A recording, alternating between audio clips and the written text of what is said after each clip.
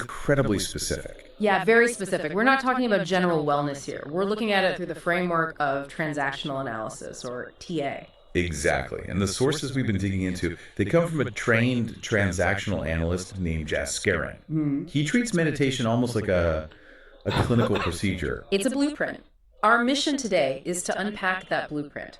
We're going to see how meditation, in this view, is designed to systematically manipulate our internal ego states, the parent, the adult, and the child. And it all centers on this very particular use of a silent mantra. It's really about initiating a very defined psychological shift. Right. It's less about just being present and more about, well, deliberately silencing parts of your mind to put one specific element in complete control. Okay, so before we even get to what's happening inside the mind, I was just floored by how much the sources focus on the physical setup. The external world has to be perfect. Oh, it's incredibly high maintenance. The environment is everything. The source actually describes the ideal atmosphere as a lullaby. A lullaby, I love that. So what does that mean in practice? It means strict requirements. We're talking nice incense, pleasant, soft music, and good ventilation is key. But also, and this is crucial, an air-conditioned room, a cool, regulated temperature. And they're very clear. No sweating. None. They even say the ideal time is right after a fresh bath, wearing loose clothes, and you should be on an empty stomach to get what they call the full bliss of the meditation. It's total sensory management. And that extends to what you're sitting on, right? Oh, absolutely. Forget about coarse yoga mats or, God forbid, a wooden plank. The material has to be soft, smooth, velvety. Cushiony is the word they use. And you have to shut out the world completely. No TV, no radio. Yeah, they say those things carry unwanted vibes that can interfere. It's all about creating this pristine, protected bubble. So why? Why all this fuss about the external world if the goal is internal? Well, it all connects back to the nervous system. The meditation they describe involves this very restful breathing process, and for your nervous system to truly let go of tension, it needs help. It needs support. Exactly. The source calls it a mind-calming, buttressing assistance. All these physical controls are just the scaffolding you need to build before you can do the real internal work. Okay, so the scaffolding is up. We're in the cool, quiet, velvety bubble. Now we get to the core of it. What is happening to our internal structure, to our ego states, according to TA? This is where it gets really fascinating.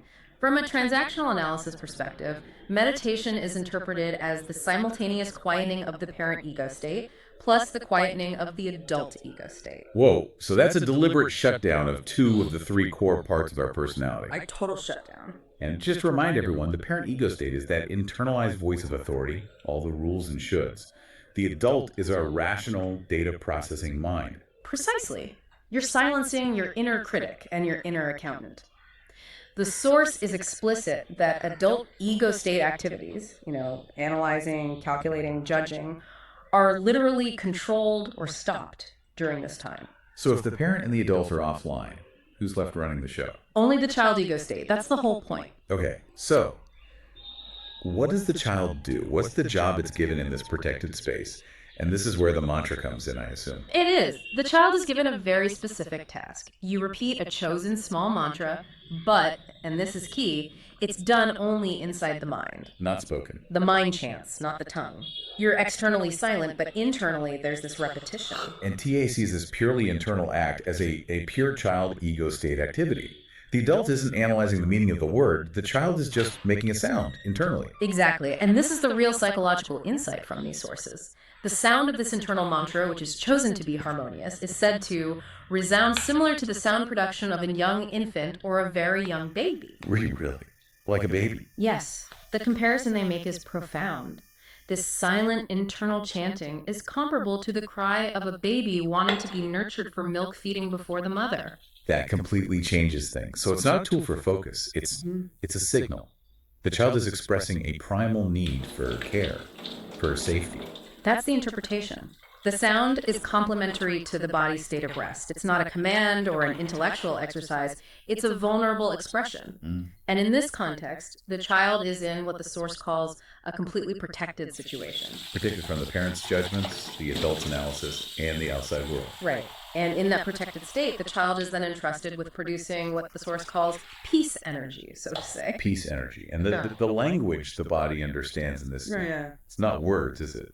No, the source says the language understood by the body during this taking care of event is quietude, just profound quietness. The entire body is responding to that silence and to this gentle, peaceful vibration coming from the nurtured child.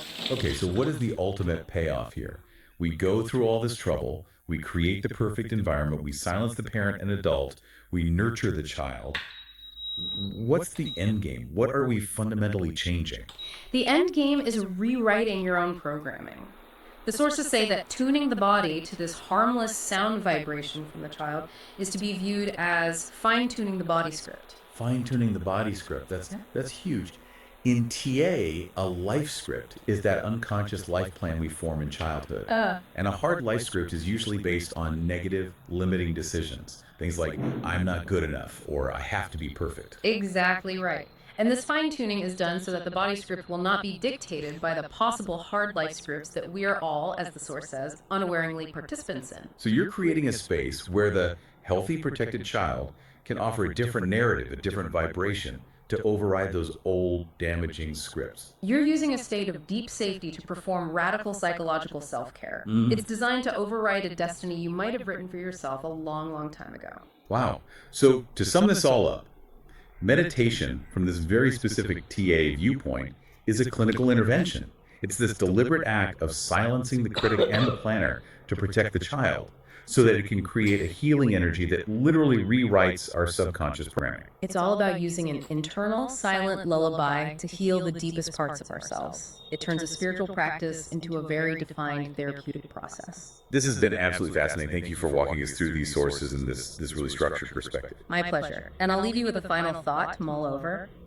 If that silent internal mantra is like an infant's cry for nurture, how much of our day-to-day talking, our arguments, our jokes, our anxieties is just a much noisier, more complicated version of that exact same child ego state crying out for a bit of care? Something to definitely think about. We'll catch you